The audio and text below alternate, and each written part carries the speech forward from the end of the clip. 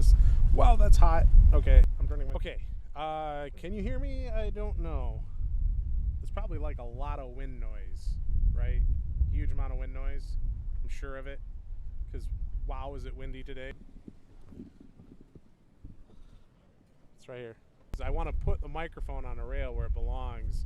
But, hello, Dan Eakin here, aboard the Dexo Ti Amo.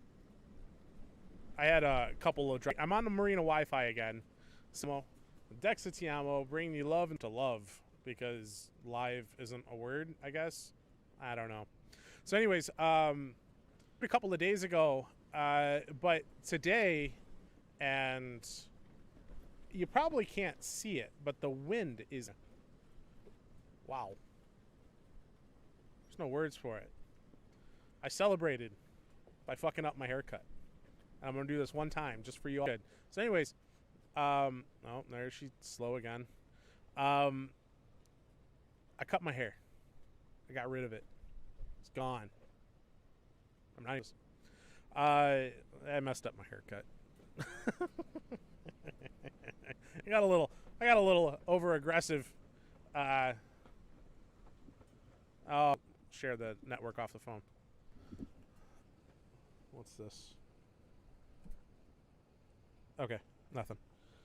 Fun. Oh, look it. There it goes. Nice and slow again. All right. It hasn't said I've dropped any more frames recently, though. I'm kind of curious.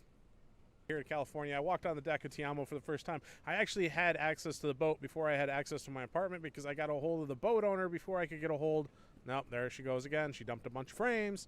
All right, 1 second. I'm gonna plug the phone in. Bite the bullet. Use the data. I probably crashed my computer again. How's it sound now? Here's hoping. Here's hoping. All right, so got to California just recently, on this day a year ago, and got access to the boat first before the apartment because I could get, you know, hasn't even left Cal. It was rough. There's a time lapse of that here on YouTube. Oh, so the audio's coming through continuously, but the picture's dropping. Right on. Right thing. I got to do some research. Michigan to Illinois, down Illinois into Kentucky, and then Nebraska, Colorado, New Mexico, Arizona. It was a long drive. It was a very long drive. It was a very uncomfortable drive. I set up my laptop next to me. Set the laptop off to one so wild and crazy. They were laughing about something or cheering about something, and it was like having company on the way. And that was... I should be able to do this easier than this. A bunch of pictures from bonfire, the going away party and stuff like that. They were, Michigan's becoming a memory. And I don't want to go home right now. Michigan's all kinds of funky. I got no need to be there. We'll go get into the boat tonight. You know, there was barricades on the streets. There was... The curfew is in effect in Long Beach, which is just a short distance that way. But I mean, I guess I understand. It looks nice and neat. Nothing's spilled over. The dishes are all washed. You know, it's pretty comfortable, and it needs to be. Curfew today here, because there's no way in hell I'm going to get back in the truck and try to drive back across LA. That ain't happening. And so I thought I might take a minute and tell the story about what got me here, right? What brought me this way, because it's I learned how to sail when I was a kid in the Boy Scouts, and I got at one point a couple years ago about backpacking in Southeast Asia. I wanted to go backpacking in Southeast Asia. There's a video I found, super good video, and I loved it for a year. Can't say that no more. And all the bills and all the bullshit and all the things. Even if I could. I don't know if I could or not. And he's like, dude, yes. And he started sending me pictures. Okay, you've sold me on it. Get your ass over here. We're getting in the car, and we're going to go take a look. So we got in the Jag, and we drove to Detroit. And there was that Pearson P-26 time. And we walked around it. We took videos. We took pictures. We had a conversation with the guy who owned it. I had no reason not to buy it. It was $2,000. I had that laying in a jar at the house. I just. And then we took the trailer, which was a big farm trailer, 3-axle, monstrous beast of a trailer, back to the boat's cradle, and we actually pulled the trailer under the boat. We didn't move the boat. The boat moved. And then the trailer came all the way back until it was about 3/4 of the way underneath it. And when we winched her the rest of the way forward on black pipe rollers, and secured her down, and that truck breathed its last breath getting that boat out of that field. It died. It absolutely died. Throttle linkage broke, the shifting, and he jumped out from underneath the truck, and I was like, fuck it, we're going to make that boat happen. And that boat, and boats in general for me, that with Dan, and sailors see the world Dan, wasn't that truck died like that. And it, you know, she gave everything she had. A lot of my friends gave everything they had. So Thomas Walensky, this is a shout out for you. Kent Kovac, this is a shout out for you. You know, Steve Mines out and worked his ass off. Alexa and her boyfriend at the time, Caddy Jensen, came out and helped do a bunch of cleaning and working on the boat. And if I missed anybody, I'm sorry. There's people around that thing nonstop at bonfires and drink beers and talk about sailing, and then finally went and did it.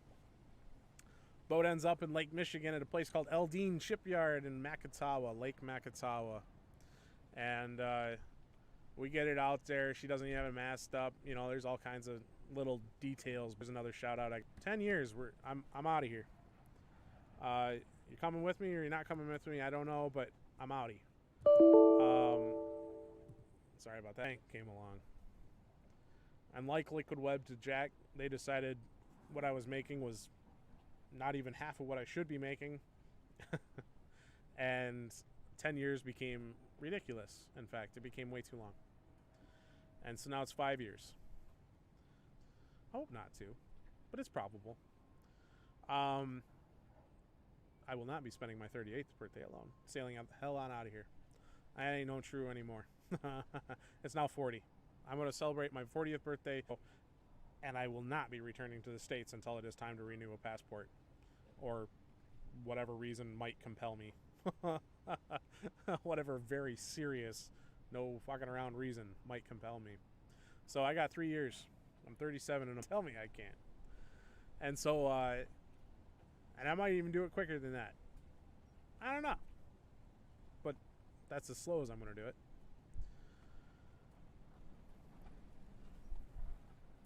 I sailed that Pearson, and Tiamo's, she's going to be Tiamo. You know, I carry the name Tipsy Raven, the boat's going to carry the name Tiamo. That's good enough. You know, I had a desire to call my travels off the boat. Like when I go with family and friends, when I leave to go around the world, I'll probably let that go too. If it don't fit on Tiamo, it ain't going. And I ain't going to think about it no more. If it ain't on Tiamo, quite a bit. And had some adventures in her. Had some mishaps. Hells yes. $1,000? Damn, she's got nicer debits than Tiamo does.